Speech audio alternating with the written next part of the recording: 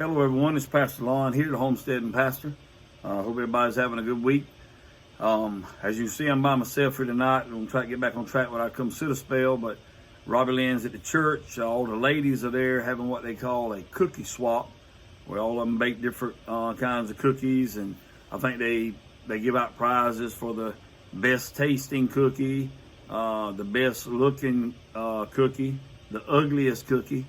I don't know if they give one out for the worst tasting one or not. I don't know if they do anybody that bad or not. But anyway, they have a good time and exchange ornaments and stuff like that. And they have some prayer time. But they out having a good time tonight at the church. And I'm here with the kids at the house. Robbie been baking cookies all day, and I took care of the dishes and all, so she could get on out of here and go enjoy some time by herself. I say by herself, not having to keep up with Bradley and Michaela, because she does that all day, every day. But anyway, she's out with the sisters at the church, and they're having a good time tonight. And I pray that they all have a wonderful time. But that being said, I've been wanting to try to get back on track when I come sit a spell. I really enjoyed the lives on Monday nights at 7 o'clock, and appreciate everybody's been tuning in to that. And we're really having a good time, and I hope y'all are as well. But I also wanted to stick to the come sit a spell times, because it's a little more relaxed for me, and I can take my time a little more and not have to worry about reading the comments, which I love reading those comments, but it's just a different time. That live, that's what that's for. And please don't stop. We Lord willing, we'll be back on that next Monday night at 7 o'clock. But for the come sit a spell tonight, I wanted to talk about something. I really asked y'all a question. What does your December consist of? What are some of the things you have going on in December in your life? And you can leave those, of course, down in the comments below. But I wanted to maybe name a few things, jog your memory, or maybe even this. Maybe it's something you hadn't heard of and I can mention it. And you may say, you know what, that's a good idea. I might need to start doing that. Or I hadn't really thought about that, because there's some people that's reminding me of some things this week that I hadn't thought about. And I'm going to try to start doing some of those, and I'll mention them in a moment. Maybe you have some you want to mention in the comments and that I hadn't thought about doing, or Robbie Lynn hadn't thought about doing. If you'll mention them, some of the things y'all do. And when I read some of these that may jog your memory, you all want to put something else in the comments below. So what does your December consist of? Most importantly, we leading up to Christmas. We celebrate the birth of Christ. As everybody says, well, that's what the day he was born on. I really don't care what day it was. I just know he was born. And I'm celebrating it on December the 25th, me and my family. And I hope you are as well. Speaking of that, I've had a subscriber, a subscriber and another channel lady asked me about reading the Christmas story. I mentioned this on the live Christmas Eve night, and I'm planning on doing that. I doubt we'll be able to do it live with everything we're going to have going on with Robbie Lynn's family, my family, and our own family here. But I do want to try to get it recorded where it'll come out Christmas Eve night. Something else that I want to do is Bradley, y'all know he's got a memory like an elephant and reads Braille like nobody's business. Well, he's memorized the entire story of 'Twas the Night Before Christmas. If any of you know anything about that story, that's a pretty long story, especially to memorize. He's read it so many times over and over in that Braille book, he memorized it. So I'm going to try to get him on here and let him read that to you, or quote that to you, maybe on Christmas Eve night as well, or Christmas Day. I haven't decided yet, but sometime around Christmas, we're going to let him do that. I hope that'll be a blessing unto you. But our main focus is, all year long as a minister, my main focus is Jesus Christ. But especially this time of year, that's what we're got a manger scene out front, and they put the manger scene up at the church this week, and that's what it's all about. I had a video of the boys decorating the Christmas tree. Yeah, we have a Christmas tree, but we know that the main reason for Christmas is the birth of Jesus Christ, and that's what we celebrate mainly. But some of the things I wanted to ask you about, do you do much decorating yourself? And do you focus more on decorating on the inside or the outside? Or do you do it as a joint effort? Family get together and decorate all the inside of your house, then everybody decorate the outside? Or maybe Maybe the mom and the kids decorate the inside and dad decorates the outside, or vice versa. I don't know. I'd like for you to share those in the comments with me of some of the things you got going on in the month of December. Another thing I wanted to ask you about decorations. Do you use a lot of handmade, maybe handed down from generations, to decorate your tree or decorate around your home? As you see, I'm out here on the front porch, and we got this Christmas tree that Robert Lynn puts out here each year since we've been here on the homestead. Don't put any gifts or anything around it out here, but it's just something to kind of, give it the Christmas look. And we got our lights behind the swing over there, and she's got garland wrapped all around each one of the posts here on the front porch with lights on it spiraling up. We may show that in another video a little later on. I still got a few boxes out here got to move, and as a man or husband, I got enough sense to know that my wife would want me to show those boxes in this video. So when I get those boxes moved this week, then we may have another video of that. But just asking a few questions and jogging your memory of some things that you might need to do, or you jog my memory of some things that you do that I might could think about doing. Y'all bear with me. It's kind of dark out here. It looks lighter on this camera than it really is, but I just got the Christmas decorations and lights on out here in this little lamp. But like I said, tree, the lights, the wreaths, the bows, and hopefully everybody that's a believer, you need a manger scene in your house or displayed out front or somewhere, because again, that's what Christmas is all about. Some other things that we do during December is have bonfires. I don't know how many of you like to do that, but we love living in the country. We like to have a bonfire right here in the fire pit, or have some of Robbie Lynn's family come over, my family come over, and just have a good time of fellowship around the bonfire. And hopefully the weather will be cool enough. It's about 48 degrees out here tonight, and this Come Sit a Spell's not going to get out on Thursday night at 7. It may come out on Thursday night later, or it may come out on Friday. I don't know. But it's about 46, 48 degrees out here in South Carolina tonight. And there'll be a lot of people doing something that's my least favorite thing to do at Christmas time. And maybe some of you men, maybe some of the ladies too, I don't know, but shopping. I'm not a shopper. I do not like to shop. I'll go to try to get Robbie Lynn something, and I'll go with her to, when I can, or when she needs me to go buy the kids stuff. But as far as anything else, I do not like to shop. I do not like the masses of people in the malls, and I don't like them. I don't like to be around that crowd and all the things that go on with that. I'd rather just stay at the house and hold down the fort while they go do the shopping, if that's what they want to do. But everybody to their own. I'm not condemning you if you shop. I'm just saying that's not my cup of tea. I do not like to shop for pretty much anything, to be honest with you. Robbie Lynn sends me to the grocery store. I know what I'm going to get. I go in and get it, and I'm right back out, ready to get back to the house, get back home. Some of the other things that we do, you may want to think about, and you probably do this, just like Thanksgiving, we have suppers, and a lot of people call them gatherings, but here in the country where I live, it's always been called this in my family. We have what we call get-togethers. We get together with one another, whether it's her family, my family, both families, friends in general. We try to do that too sometime during the December. You have your main gatherings with your families, but then I like to try to get some of the couples from the church, or couples that we may know from other churches that don't go to church with us, and good Christian people, and come have some good godly fellowship, good clean fellowship. We don't do any drinking, of course, nothing like that, but just have some time together with couples, because we don't do that much anymore, much fellowship in the world, in this country and around the world, and I think you need to do more of that as well, and reflect on the days gone by and the things you got going on in your life today. We have a lot of things going on at church. We have Christmas play most every year. Hadn't had it the last couple of years, but we are having one this year on the 19th of December on a Sunday night. We're going to have a Christmas play. We're going to have a supper for the church family. We're going to have that. The church is having that catered for the church family, church people, and everybody's welcome to come. I've asked them to bring a dessert and maybe something to drink. I say something to drink. I'm talking about sweet tea, non-sweet tea, soda, water, chocolate milk, coffee, that kind of stuff. Not that other worldly stuff that we don't participate in. But anyway, a dessert and something to drink. but it's going to be catered where everybody wants to cook a big meal.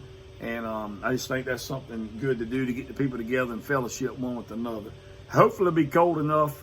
Some of you seen our fellowship hall I had on the other day displaying Bradley's artwork.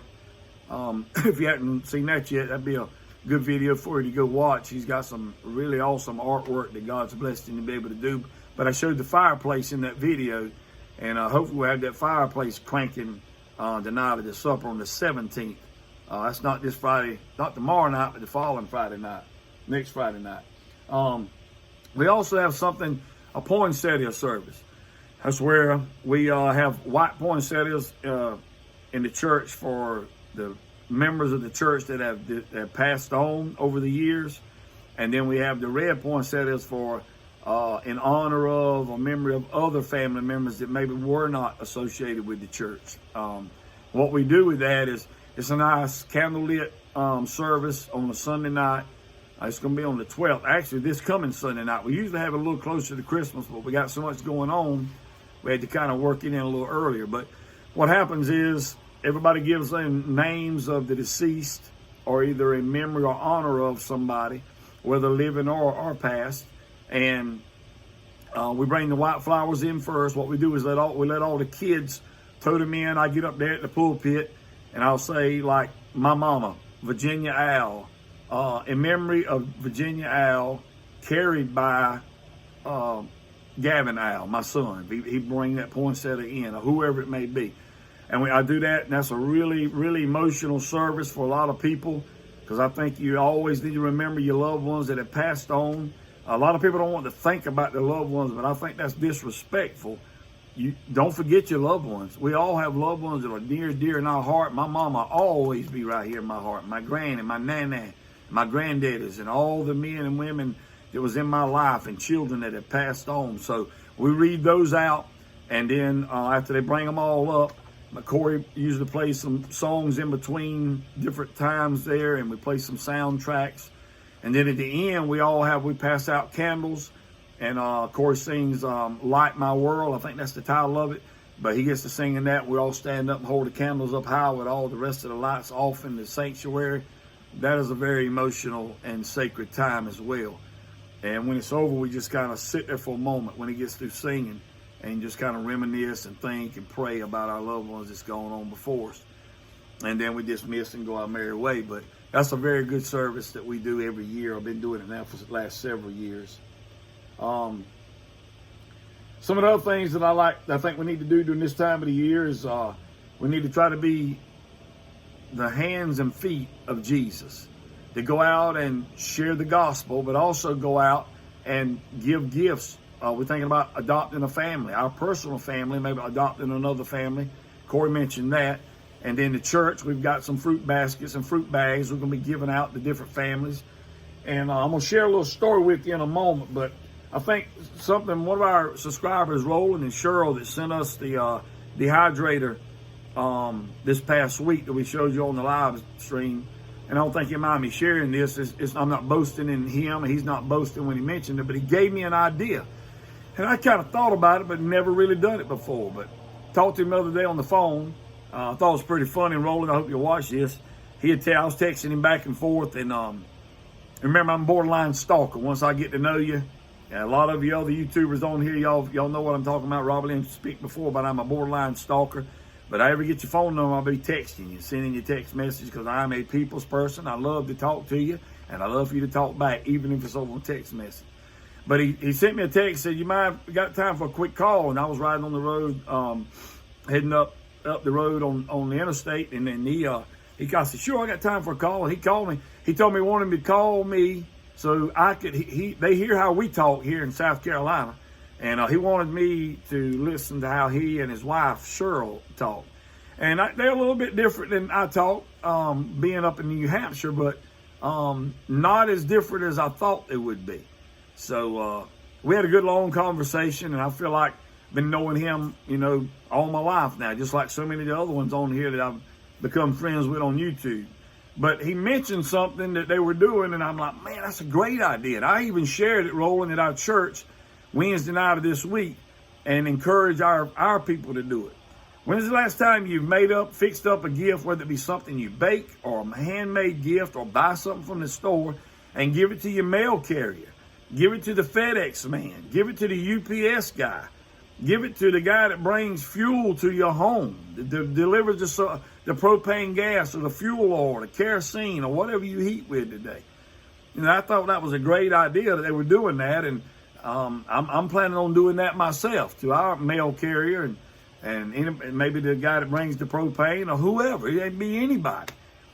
It's complete strangers that you really don't know other than seeing them in passing when they come to your house a lot, which with Robbie Lynn, they come to my house a lot. And I mean, I'm not complaining about that. I'd rather for her to order online and they bring it here than her to have to go out amongst all that, those unruly, evil, rude people on the road today, like the guy that cut us off in Walmart parking lot, a driveway we talked about on the live this past week. So just think about doing stuff like that with your mail carrier and FedEx, UPS, and the guys and gals that deliver the fuel to your home.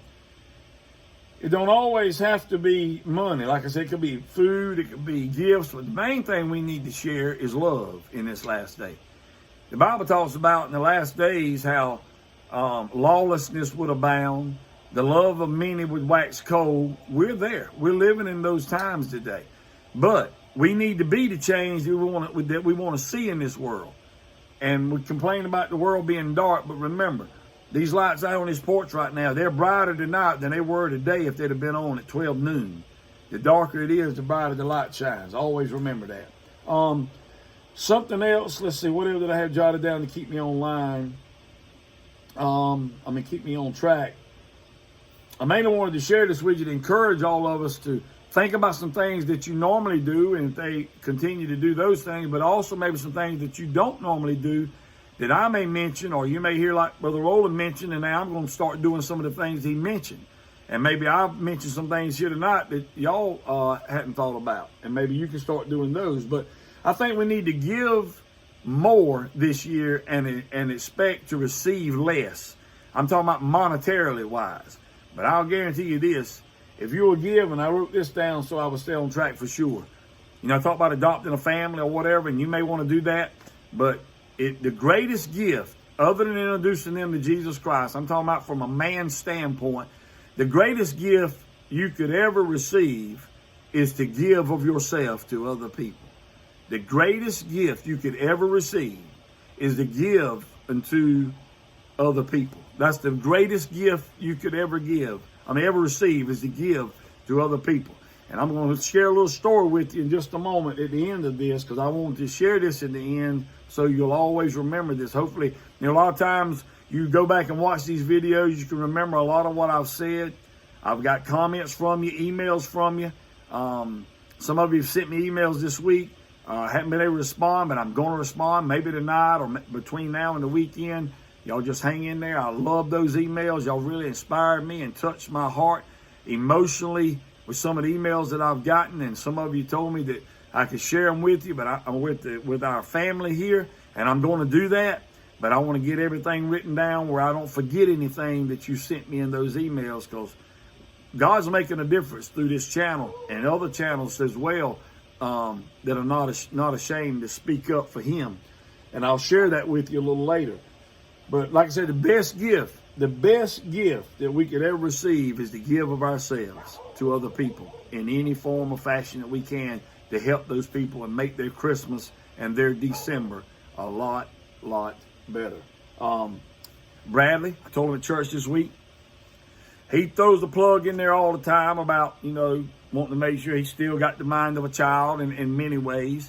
He reminds myself and Robbie Lynn that don't forget to get my gift and give it to Santa Claus so he can bring it to me. He don't care if he gets 1 or 2 gifts or whatever. He don't expect much. Bradley doesn't.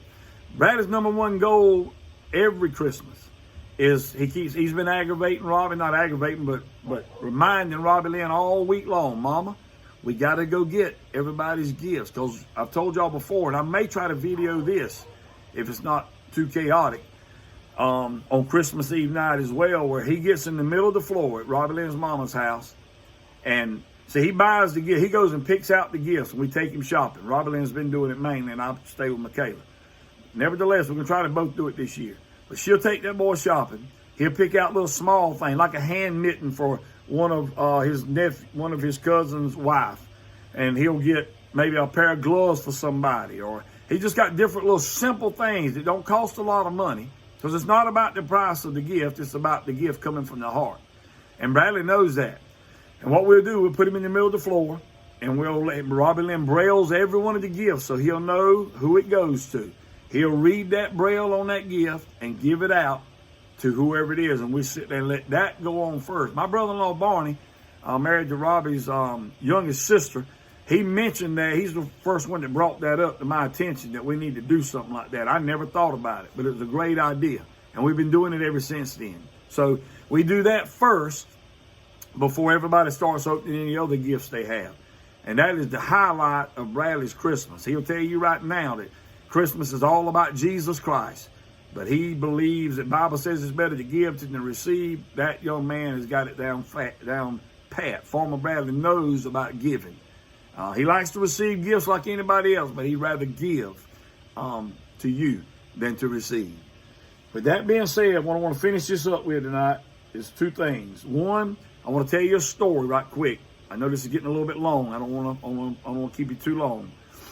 But each year I try to encourage the people to clean out their closets. I'm not talking about getting the junk. I'm talking about stuff that maybe that they don't wear anymore, to them have gone out of style. Sometimes in my case in the past, and by the way, I'm trying to do better. Robbie Lynn's on a really good roll. She's eating better and encouraging me to eat better, and she's working on losing some weight for herself, and it's showing, and I'm proud of her. Not just for the weight loss, she's in it for her health, and encouraged me to do so, and I'm trying to do the same thing. And some of you on here have encouraged us to do that by the way you live and eat and take care of yourself. So I won't mention it because there's several of you, and I won't leave any of you out, but you probably know who you are. So that being said, we take and clean out our closets and stuff that won't button anymore or whatever. And I'm not talking about junk. I'm talking about good clothes, good shoes, and good coats or jackets or sweaters or scarves or toboggans or whatever. And I'll get them to bring them to the church, and they bring them up there, and we try to, one thing we done one year was young people got together and done that. And they wanted to have a little yard sale to raise some money for the youth. So they done that, and then everybody kept bringing stuff. Well, they didn't sell it all. I said, well, let's have a rummage sale. Not a sale, a rummage, I guess, walk through, where you just put everything on the table and invited everybody to come out to the fellowship hall at the church and just rummage through it and pick what they wanted, and whatever they chose they could have. Well, somebody brought some green shoes, little girl shoes, and they were the ugliest shoes on the planet in my eyes as far as the color. The Grinch, in my mind, the Grinch probably wouldn't have wanted to wear them. But evidently everybody else felt the same way, because you couldn't sell them and you couldn't give them away. And they stayed on that table. So I said, here's what we're going to do. We gathered everything up. I said, there's a lot of people that cannot come to the rummage sale out here in the country. They can't make it out here. Maybe it's a young person that their parents can't drive or don't have a way of transportation to get here. So we need to bag them up and go around the community. And I knew some folks, and I'm gonna share this with you, not because of any other reason except to let the world know there's a lot of prejudice in the world today, a lot of racism in the world today. But I was raised up with a lot of black folk or colored folk, and there's no difference in them than me. And I was raised that way. So what we done, I knew a lot of these guys. They made some of the family, they're white families and black families. They may not have a lot for Christmas. So we tried to incorporate that in all the families. But we went to this one particular family. I've been knowing this man all my life, and he had grandchildren. And like a lot of places today, the kids' parents have gone wherever or strung out on drugs, unfortunately. And the grandparents having to raise the children. That happens a lot in this day and time we're living in. But nevertheless, he was raising them, and he had little girls and boys. And so what we done, we pulled up in there, and I took our youth with us so they could see how good they got it, how blessed they are, and teach them that it's better to give than to receive, and watch some of the faces of some of these young kids that don't have anything for Christmas when they receive anything. Y'all, we took those clothes and shoes and put them out on the ground and let them go through them. And that little girl come running over there, and the first thing she done was put her feet in those ugly green shoes I thought were ugly. And you know what? My Christmas, it's been 3 or 4 years ago now, but that was one of the highlights of my Christmas. That little girl looked up at me. She put her feet in those shoes. She looked up at me. I mean, it brought tears to my eyes. She said, "Mister, these shoes are just my size." She didn't care about the color. She didn't care about anything else. She didn't have a good pair of shoes. She didn't care that they were green. She said, "These shoes are just my size. Thank you for these shoes." I'm like, praise ye the Lord. That's what it's all about. So I'm telling you, you can make a difference. And the last thing I wanted to say after that little story is I want to encourage you all to let's make a difference this December. Don't wait to Christmas Day. I wanted to get on here early in Christmas. I think the day is the 8th or the 9th. I'm not sure the date. But anyway, I want to get on early in December so you can kind of start thinking about doing these things throughout the month of December.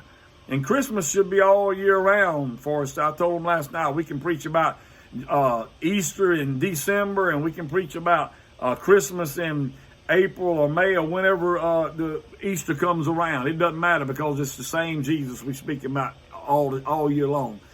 But you can make a difference in somebody's life, and I'd encourage you to do that this year. Think more about your neighbor. Think more about that little girl. Even though her skin was not the same color of mine, that does not make any difference at all. None whatsoever. Matter of fact, that's how we can bring society and bring community together. Everybody's not going to go along with that. I understand that. But it starts with you and I, and we can make a difference this December. So I ask you, as I did at the beginning, what does your December consist of? Let's make a difference, y'all. Clean out your closet. Make something, bake something for that mailman, that mailwoman, that delivery person. Go out of your way to help somebody have a joyful Christmas this year. I've been blessed all year long. I don't need anything else for Christmas.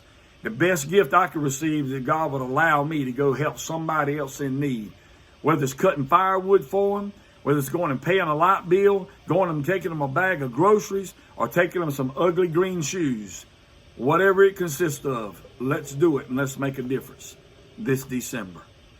I love and appreciate all of you. I do want to pray at the end of this one because it was a little bit of both, a little bit of come sit a spell, a little bit of Jesus, a little bit of devotion or whatever. I just want to encourage you to be an encouragement to somebody else.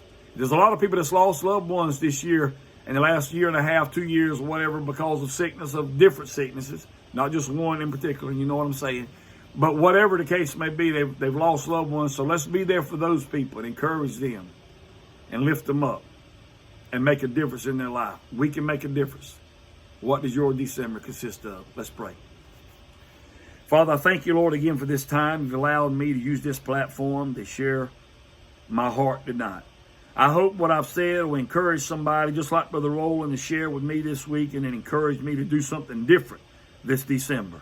And I pray, God, that we've said something here tonight. There'll be comments, I know, in the comment section that other people will remind one another of things. They'll say, man, I read this comment, and that's what I need to do. They're up in New Hampshire doing this. Surely I can do this down here in Florida, over there in Australia, up in Canada, or wherever. Let us make a difference, oh Lord, in everything we do. Let us be the hands and the feet, the eyes and the ears and the mouth for you on this earth, this Christmas season. With us, it's not happy holidays, it's Merry Christmas. Help us to put a smile on somebody's face. Help us to make a difference. Help us to stop and think exactly what does our December consist of.